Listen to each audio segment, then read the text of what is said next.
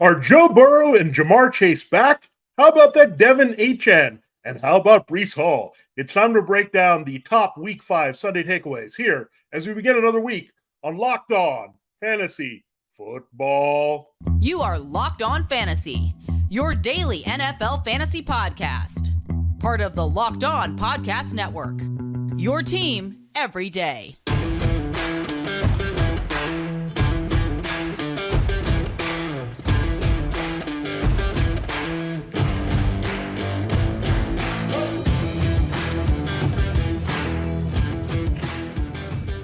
Greetings, everyone, and welcome to another edition of the Locked On Fantasy Football Podcast.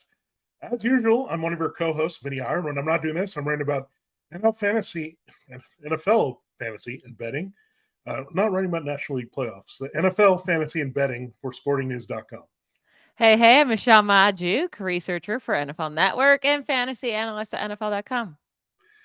All right, Michelle, maybe I was getting a little too excited to talk about some of their fantasy football assets and getting ahead of myself here with NFL good storylines here. We'll do this as we kick off the week here on Locked On Fantasy Football. We called our starting 11, setting the table up with our top takeaways from the Sunday action, going a little bit back to Thursday as well. We'll dive right into it in a moment. Before we do that, this episode is brought to you by FanDuel Sportsbook, official sportsbook of Locked On. Make every moment more right now. New customers can bet $5 and get $200 in bonus bets guaranteed. Visit FanDuel.com/LockedOn to get started. Excuse me here, but I also have to tell you that thank you for making Locked On Fantasy Football your first listen today. We're your destination to become the smartest fantasy football player in your league.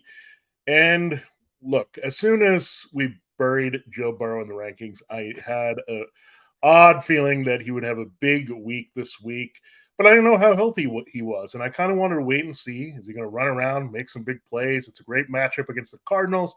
And he came out and just slayed it without T. Higgins. It was the Jamar Chase show, 19 targets, just all over the field. They just dominated this Cardinals' bad defense. So, look, we need to see it to believe it that he was all the way back. I was really encouraged when he had this scramble that, oh, my gosh, he was fast. He got down. Okay, he's all the way back here, and we feel good. And, Michelle, look, I know this happens. Maybe we have to bench him, send a message in fantasy football that get your act together. And that's what he did. And they get the Seahawks next, which is a really good matchup as well. Yeah, the Seahawks is a good matchup. I don't think I'm willing to say Joe Burrow's back and he's going to be great for fantasy moving forward. I mean, so much of this was Jamar Chase doing all the work, right? I mean, he had 192 of Joe Burrow's 317 yards, all of his 3 touchdowns. That one long one, that was all Jamar Chase. So, you know, I don't want to say take away anything, but even just take away that one last long one by Chase where he did all the work. You're not looking at a great fantasy day from Joe Burrow. Jamar Chase, yeah, he's been good. You keep plugging him in. He's going to be fantastic. I do think next week against the Seahawks, sure, you can plug in Joe Burrow and hope for another one of these games. After that, you get a bye. After that, you get the 49ers and then the Bills. So I don't expect greatness from Joe Burrow still for another month or so.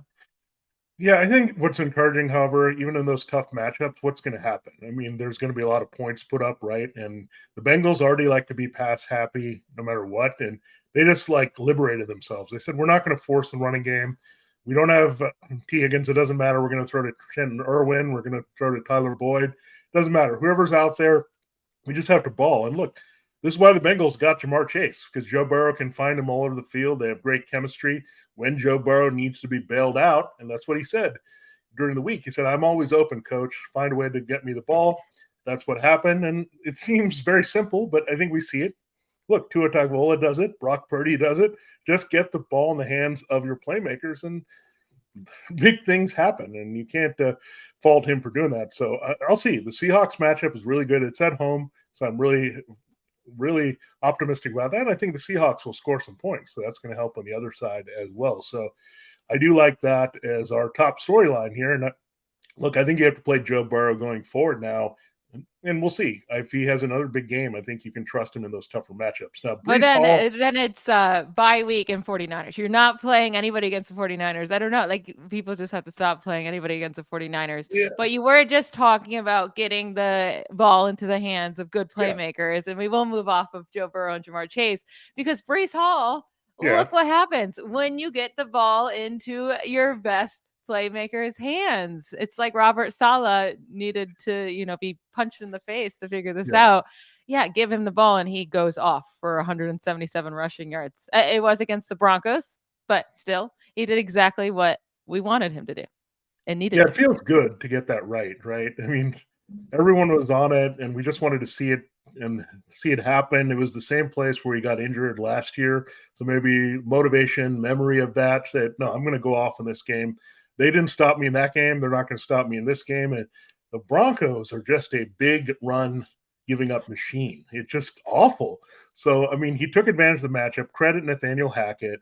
All the pressure was on him in this revenge game. He got the game ball, and he gets the game ball from us in fantasy for giving Breece Hall Yeah. the ball. Now, Garrett Wilson, different story. We'll work on him a little bit going forward. But, Michelle, it's a tougher matchup this week against the Eagles. I still think you have to play Breece Hall, but temporary expectations. One guy that I think you play in any matchup, you've seen it, great speed. Speaking of great speed and the Broncos giving up big runs, De'Von Achane. I mean, this guy doesn't It's matter how many insane. touches you give him. He's a lot like Breece Hall that we've seen, that even like Jaleel McLaughlin a little bit, just a fast guy that you give a few touches, he can go the house with any of them. And I think De'Von Achane keeps it up. I'm happy that I had Raheem Mostert, and he also came through. Tyreek Hill came through, and the track meet is on. I mean, the Dolphins just are trying to outrun each other for the fastest speed recorded here, and I love it. And I'm watching it. They're just competing against themselves at this point. It's absolutely wild because after last week, we I think we both had Achane ranked pretty high because you have to, right, for going into week 5. But we didn't mention like he only had 8 carries last week. Let's see if his workload increases because he probably can't keep doing this in such a small workload. Again, only 11 carries but 151 yards because he just breaks off like a 60-yard, 70-yard run every week. It's really crazy what he's doing. Like Raheem Mostert had really nice yards per carry too at 6.5, and he's just an afterthought because of what Achane is doing. It's truly incredible. But yeah, you just keep playing Achane and Mostert, and guess who they get next week? The Carolina Panthers, who you can run against. So they're just great plays. They're going to be ranked as top 10 running backs in week 6 for sure. Yeah, with Achane, it's very funny because he's not needing to get those extra touches because he's getting so much on one touch. Where do you give him those extra touches to get those yards? Like if he's going to score with limited touches, he's making it really efficient and on this offense. So we know Mike McDaniel got excited when they drafted him, and now you're seeing why. They're just going to assemble just a 4x100 relay team here. They basically have it with Tyreek Hill, John Wall, these two running backs. So excited to see. And again, this smash spot, they're 14-point favorites early against the Panthers, and we know what David Montgomery did to the Panthers. He ran all over them with big plays. So giddy up, more of this stuff coming from both of these backs. Yes. All right. In our next segment, we're going to hit on, your love, Calvin Ridley and Travis Etienne. The Jaguars really showed up against the Broncos. And then what in the world is going on with the Ravens offense, and can we trust them moving forward? But first, let's talk about one of our sponsors. This show is brought to you from FanDuel. Snap into action this NFL season with FanDuel, America's #1 sportsbook. Right now, new customers can get $200 in bonus bets guaranteed when you place a $5 bet. That's $200 in bonus bets, win or lose. If you've been thinking about joining FanDuel, there's no better time to get in on the action. The app is so easy to use. There's a wide range of betting options, including spreads, player props, over-unders, and more. So visit fanduel.com/lockedon and enjoy the NFL season. Again, that's fanduel.com/lockedon. FanDuel, official partner of the NFL. All right. So the Jaguars, Vinny, you're right about the Bills defense being too injured. Now, they did suffer many more injuries in the game. They just injury after injury after injury. Trevor Lawrence still stunk for fantasy, but Calvin Ridley was amazing. Travis Etienne was like unstoppable. Those two guys really came out and played a great game. Obviously, Travis Etienne moving, like he's just been good really this whole year for fantasy. But Calvin Ridley now, we had one great game in week 1, and then he took a few weeks off, then a great game again in week 5. are we confident in him that he's going to keep being the wide receiver 1 for the Jaguars moving forward instead of Christian Kirk? Well, first of all, about Trevor Lawrence. I mean, he was putting the ball on the money. I mean, that throw to Calvin Ridley to essentially put away the game late and set up that touchdown. Look, he would have been fine. It's just Etienne ran in 2 touchdowns that could have happened for him. I know It's they had not a few. about the talent. It's about the fantasy points that he I never know, scores. I know. But the talent is going to add up. And remember what happened with Trevor Lawrence last year. They went to London, this offense and this team got going. And what did you see in these last 2 weeks? I mean, they got going. And so I think this Jaguars team is going to get on a roll here pretty soon. They get the Colts. We know what they did in week 1 with Calvin Ridley in this offense. So they get a chance to attack that Colts defense there. And DeAndre Hopkins just went off on it. So look, I get it with Trevor Lawrence in fantasy. I think it's coming. I think he just doesn't have the touchdowns. And we saw that. Matthew Stafford, he had the yards, the touchdowns came, and then he was a big relevant part of fantasy. So I think Etienne being a factor, he's got too many weapons here with Calvin Ridley, and we'll see about Zay Jones getting hurt again, but Evan Ingram, Christian Kirk, these guys are going to help him. And he did have a 300-yard game. He's also looking good rushing. I know you're not getting those 25 to 30-point games from him consistently, but I think you'll get 20-point games. So I think he's going to be consistent. I don't think a lot of explosiveness just because, look, this division is weak, and they actually have some pretty good defenses in it up front. So that's going to hurt Trevor Lawrence's overall ceiling. I get it there, but I still think he's a guy that has a pretty good floor. Now, Etienne, however, high ceiling, Ridley, high ceiling. He's facilitating all these guys. So we can say that in reality, he's doing what we need to play all these other guys. So I love it. Tough matchup. They came through. So the Jaguars now come into an easier matchup. So I think he'll just continue. Now, I'm not sure about the Ravens, Michelle. Like, I won't even bring up the Patriots offense. People have been talking about them all day. I don't know why, because it's just Ramondre Stevenson if we're going to play anyone from there. And who cares? He stinks. Like, I mean, Ramondre Stevenson right now, I mean, he scored 2 points yesterday. He's kind of like the guy that's caught on a sinking ship and he's just trying to get off. Like, please. But nobody's shocked about the Patriots stinking, right? Yeah. The Ravens offense. Yeah. I think Ravens is terrible. So and it's like, it's not. I don't even know how to describe it because obviously I was watching the game in great detail because they were playing my Steelers. I couldn't believe how many drops they had. Like it was just like they really should have destroyed the Steelers. So I don't even want to put this on Lamar or anything. Like he was putting the ball where he needs to. I don't really want to put it on Todd Monken either because like he called the right plays, but because these guys were open, like they should have got more yards. They should have scored more points. Zay Flowers had a really bad game overall. I mean, he put up an okay fantasy day in PPR leagues, 5 receptions, 73 yards, but he had 11 targets. He should have had a monster day, dropped a wide open, like 50-yard catch. He had some other just bad plays in there. Really bad game from Zay, just overall. Gus Edwards didn't get going. Justice Hill got the touchdown, but it's hard to really trust any of these guys besides Lamar, who had a really terrible fantasy day, moving forward. Oh, and besides Mark Andrews, of course. Yeah. I think you just they have to kind of incorporate what Lamar did well earlier, which is run and use his mobility. And you got to use that. I mean, if you're struggling to catch passes, I get it. The execution should be there, but maybe Zay Flowers, just a little inexperience trying to fit in this offense. These guys are shuffling in and out with injuries, Rod Bateman and Odell Beckham Jr. So there's no real continuity here and consistency. Keep in mind, we have these guys are all new. Nelson Aguilar and Beckham and Flowers being a rookie. They're trying to incorporate into the offense. I think what this team needs to do, look, you have Isaiah Likely, you have Charlie Kolar, use more 12 personnel.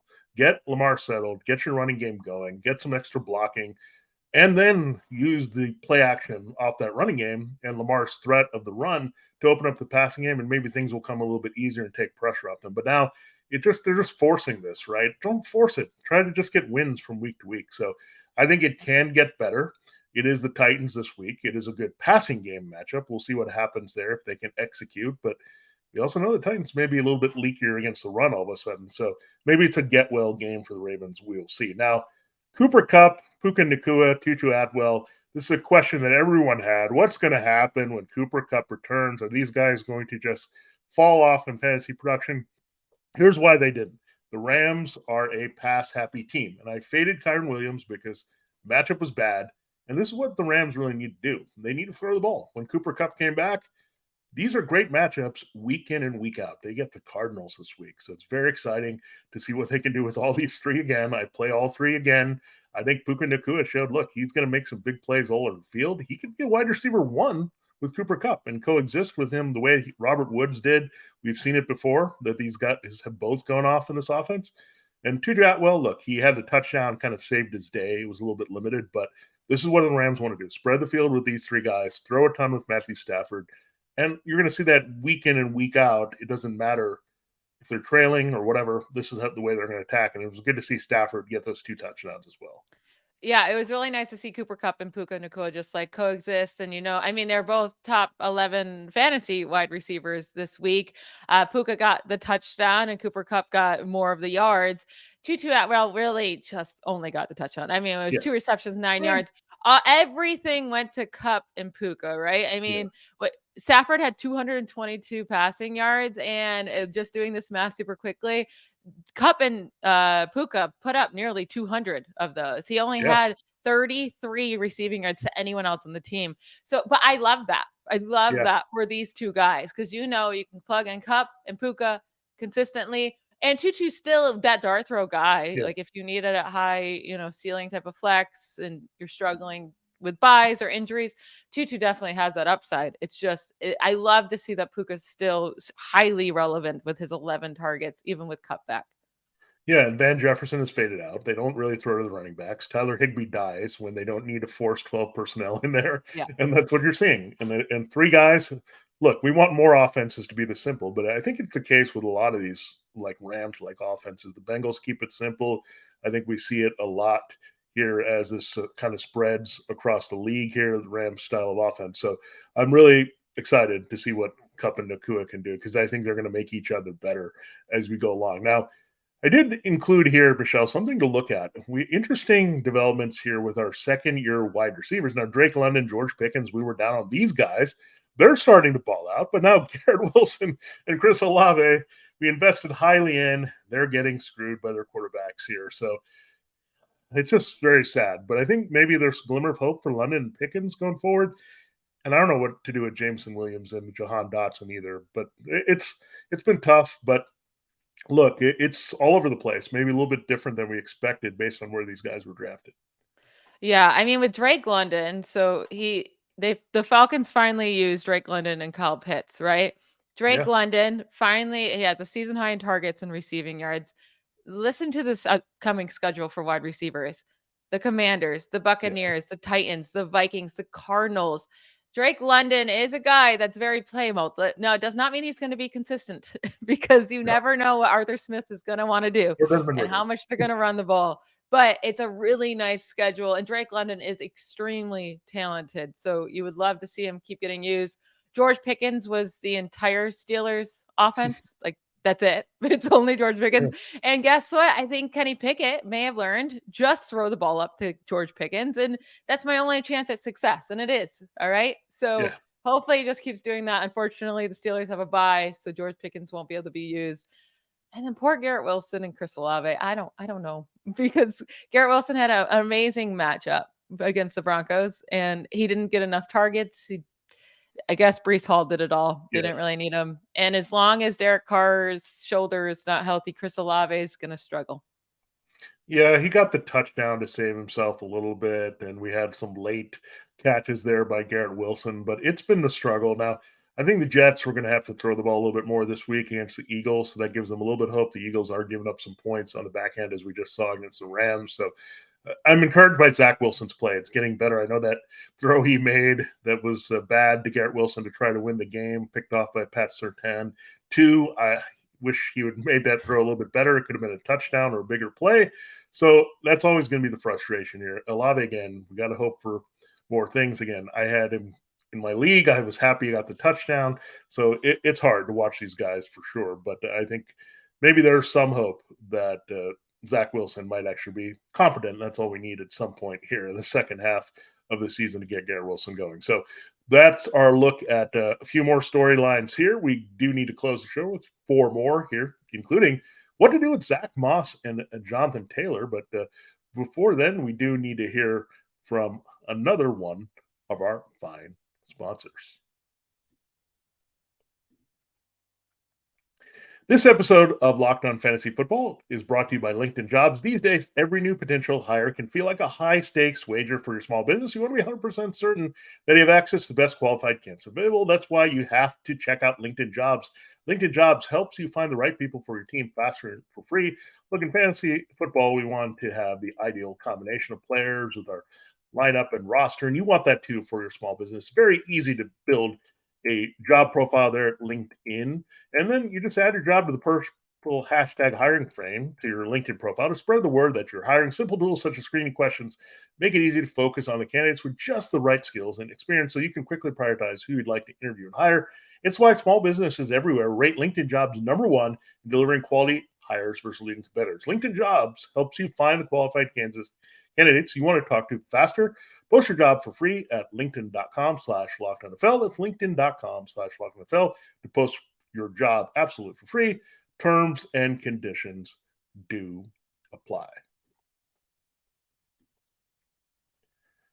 All right, before we continue the show, I just have a little bit of programming reminder. We have a great show here during football season that you need to check out. We're kicking up our coverage with Locked On NFL Kickoff Live. That's right. Every Friday, Locked On will go live at 2 p.m. Eastern Time on every Locked On NFL YouTube channel, including here on Locked On Fantasy Football. Hosts Tanitra Batiste, Jarvis Davis, and Kyle Krabs will break down every game in the NFL slate to get you ready for your team's matchup, your fantasy lineup as well, your betting angles, and more. Plus, get the in-depth, real-time analysis from our stable of NFL hosts across the country who know the teams better than anyone else.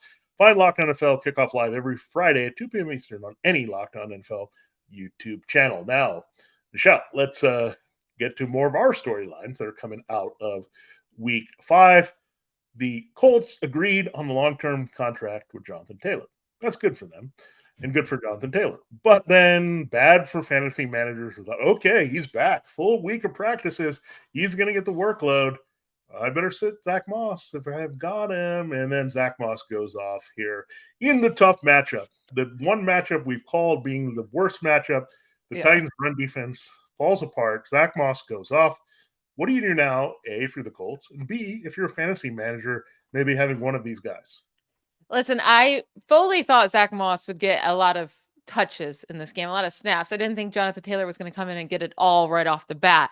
I was very worried about the matchup, though, and I thought if Zach Moss isn't getting, as many snaps or they're cut in half and Jonathan Taylor gets in this matchup, that's going to be hard. So I only played him in spots I had to play him. And that makes me sad because I'm Zach Moss's #1 fan. I should have I have a Moss mode shirt and sweatshirt. I should have wore one of them today. But he went off, right, for over 30 fantasy points, averaged over 7.2 yards per carry, had nearly 200 scrimmage yards, 2 touchdowns, played 80% of the snaps. Now, that's not going to keep up. The snap count's not going to keep up. Jonathan Taylor is going to start to steal more snaps. He's going to be the lead back. But how in the world, if you're the Colts, do you limit? You're not going to just sit Zach Moss on the bench all game. You're used to seeing Jonathan Taylor just be in the game all the time. Yeah, this is very weird. I mean, they pay Jonathan Taylor all this money, and then they show, oh, we don't really need you. Then why didn't we just trade you? We have Zach Moss for way cheaper. It makes no sense. I think they did this to kind of maybe, we're sending a message to Jonathan Taylor. Look, you missed time, so we're going to ease you back into the lineup. It doesn't make any sense when you pay him that much money. But what does make sense is I guess you have to keep trusting Zach Moss, but watch, you'll put him in against the Jaguars and you'll have Jonathan Taylor touch the ball.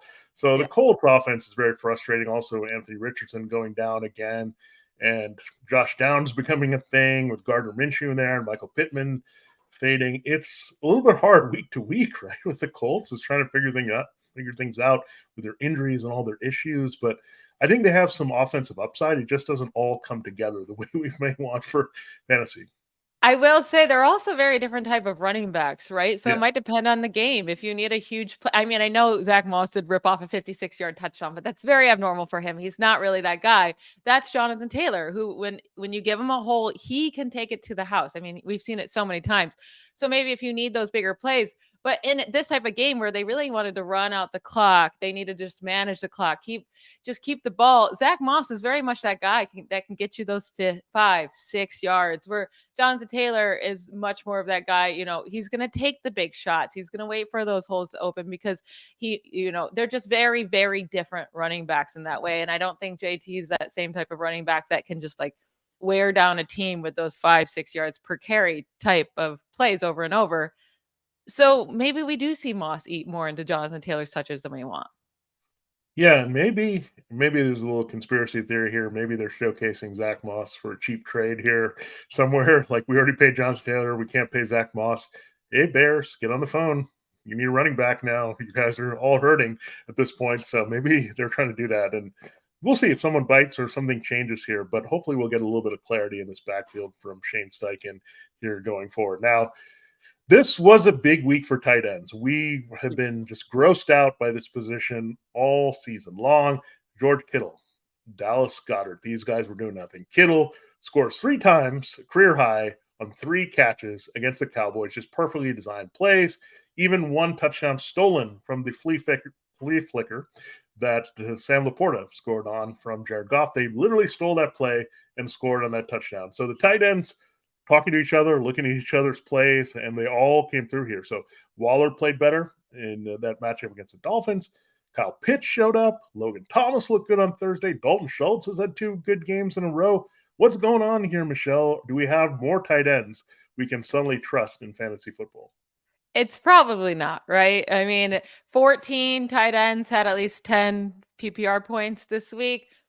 I think it was just one of those great weeks for tight ends. I mean, they've been so atrocious. I don't think it's all just turned around in one week. And you have a lot of these inconsistent guys like Kittle, especially, who can have these. This is why you play George. This is the difference between Kyle Pitts and George Kittle.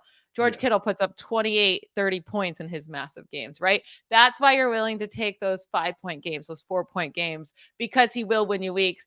I'm still off of Kyle Pitts. Like, I understand he scored 15 points, but that's a ceiling game, right? He had 11 targets and scored 15 points. That's a ceiling game. So you're playing him and he's losing you week after week after week for 15 points.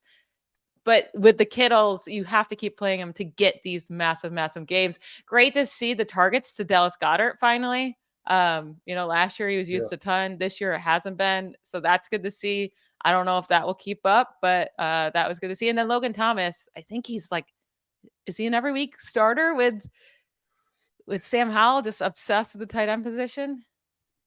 I mean, I guess at this rate, right? I mean, you have Zach Ertz, who's also being involved quite a bit. And a lot of these guys are still available in a lot of leagues, by the way. We can look at the waiver wire there. But Zach Ertz is available in almost half of Yahoo leagues, which is surprising. But Logan Thomas, Dalton Schultz, widely available there if you're looking for help. And I think they've kind of figured out Dalton Schultz and his usage a little bit better. Now you have the concussion with Tank Dell, so that helps.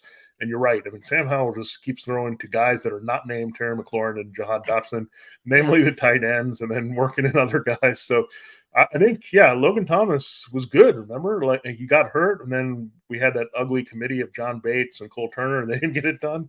Then Logan Thomas just came up big here, and it's a good matchup this week against the Falcons. You could say it's also good on the other side for Kyle Pitts for maybe to get in the end zone like Cole Kmet did. So we'll see in this game. But there's some really good tight end matchups, by the way. You go down the line. Ertz is very good this week against the Rams. So I think Kittle can have some success against the Browns this week. So it's a little bit encouraging that there's more viable starters at this position. And we just need Mark Andrews to be consistent here and Travis Kelce to keep playing through a low ankle sprain, and we're good, maybe a tight end here. So it's better. I mean, it's much better than it was. Now, Michelle, this is very interesting numbers that I'm pulling up here.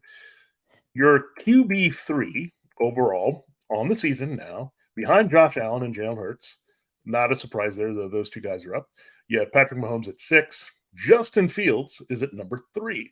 Not a surprise. Maybe Kirk Cousins with his numbers is at 4. Tua Tagovailoa is at 5. But number 7 is Brock Purdy. So you have Justin Fields and Brock Purdy, 2 of these guys that were not maybe seen to go off. I think Fields was going pretty high, but not in Mahomes territory. And Purdy was not even being drafted in a lot of leagues. He was a deep QB2. Who's a better weekly play? And do we think both of these guys are weekly plays going forward? I mean, Brock Purdy right now he's playing fantastic, right? And he has all the weapons. So I still think he's that guy you can throw in on a week-to-week basis. He's not going to just like put up monster weeks. I know he had a fantastic game last night. So Brock Purdy's definitely a playable asset, and you can start him if you just need someone you can trust each week. Justin Fields, though, I mean, he has come on fire. These last 2 weeks, he has won you your matchups, right? If you Yeah. started Justin Fields, there's a great chance you won, unless you were facing another, a team that had a huge performer Or on the Brock other Purdy. side. Yeah. But the Bears schedule the next 3 weeks, the Vikings, the Raiders, and the Chargers. Justin Fields could have 3 more massive weeks coming up. So I mean, Justin Fields was a nightmare in the first 3 weeks of the season. It felt like he was a big bust for fantasy, but the last 2 weeks he's definitely made up for that. And I think it just keeps going. So I think if you have Justin Fields, you keep riding it out, and he's got the connection with DJ Moore. He's learned that. And he just keeps throwing it to DJ Moore and letting him do all the work. Yeah, I mean, Justin Fields, I think, is going to have a higher weekly ceiling, but I think Brock Purdy has a higher weekly floor because we know that this 49ers offense, they just score 30 points automatically. They can fall out, step on the field, and they've got 30 points on the board. Really, the question with Brock Purdy is how much is Christian McCaffrey going to score this week on the ground, and how much is he going to get it to the receivers? That's really the only question. It's like, you get a touchdown, you get a touchdown, you get a touchdown. Kyle Juszczyk got a touchdown. So, look, it's all about that. I mean, are they going to peel off? But what's encouraging, Michelle, in blowouts, Brock Purdy is still throwing the ball downfield quite a bit and putting up those points. So I think Brock Purdy has more consistency. He can have the spike weeks as well. But I think Justin Fields, just because of running and the ceiling, you're going to feel a little bit better. But chances are you don't have both of these quarterbacks on your roster. But I think if you do have one of them, I think you've got a QB1 pretty much every week. Don't you agree? Yeah. And I think with Justin Fields, you probably have a quarterback 5 the rest of the year. Yeah. Overall on the board. Yeah. I think Yeah. Brock Purdy may fall a little bit in the top 10, but still right there, pretty solid right now, given the landscape of this position. Now, Michelle, we do have to talk about some downside things. Justin Fields plays the Vikings this week, but they might not have Justin Jefferson, who's destroyed the Bears in the past. This is sad. He had a hamstring injury. It looked like KJ Osborne was pretty much picking up his targets. It's kind of sad to watch that as well. But Justin Jefferson, hamstring, that's the biggest thing we're watching. But we have quite a few more injuries that are going to affect things here in week number 6. Yeah, it really stinks too because it's an amazing matchup. So Justin Jefferson, I mean, he typically goes off, but against the Bears would have probably really, he always goes off against the Bears. So I do think KJ Osborne, we'll talk about him tomorrow in our waiver show. We don't really have too much of an update on Jefferson's hamstring injury yet and how long it will be that he's out, but I would expect him to miss at least this week. And then we had a lot of injuries this week. Unfortunately, James Conner, he probably he was having a really nice game and then his backup comes in and has a nice game. So that was a really big disappointment for him if you started him. But James Conner has a knee injury of some sort. We don't really know any details on that yet either. But his backup, Amari, do you want to say the last name? DeMarcado. DeMarcado. Yeah, he's from TCU. He's pretty good. But yeah, he had a nice fantasy game. Well, no one played him, but he had a nice fantasy game, and he will be this week's Jaleel McLaughlin, probably on the waiver wire. Just plug and play and go for it. They're playing the Rams this week. It's not the easiest, but as long as Connor's out. But Connor could be fine. Connor's out, too. he's the guy. And Connor seems to miss games, it seems like every year, just a handful of games. So this is par for the course, and this is why you even handcuff lower end guys that you can't pronounce their names. If they're the number 2 clearly on a team, handcuff your guys because then you don't have to fight everyone off on the waiver wire and do all that, which we're going to have to do again if you're a James Conner manager this week. Now, a couple of quarterback injuries, Daniel Jones, okay, fine. But Tyrod Taylor actually might improve the situation a little bit, but they also lost Wan'Dale Robinson with a concussion. Saquon didn't play again with an ankle injury. So Giants, absolute mess, playing the Bills. I think the Bills defense will be angry and destroy them on Sunday night. So I wouldn't feel that bad, but it is affecting one quarterback a lot here is Anthony Richardson. Look, that shoulder sprain, AC joint, it can take a few weeks. I mean, Derek Carr tried to force himself back. I don't think they'll do that with Anthony Richardson. He's the franchise quarterback. They can't do that against the Jaguars. So Gardner Minshew revenge game. It's so strange, Michelle. Tyrod Taylor gets a revenge game against the Bills that he didn't expect, and Gardner Minshew is going back to Jacksonville probably this week to start for the Colts. So crazy to think that, but yeah, Anthony Richardson. Look, it pivots, right? I mean, we had more Josh Downs than we had Michael Pittman. They didn't really run that much for the quarterback when Minshew was in there.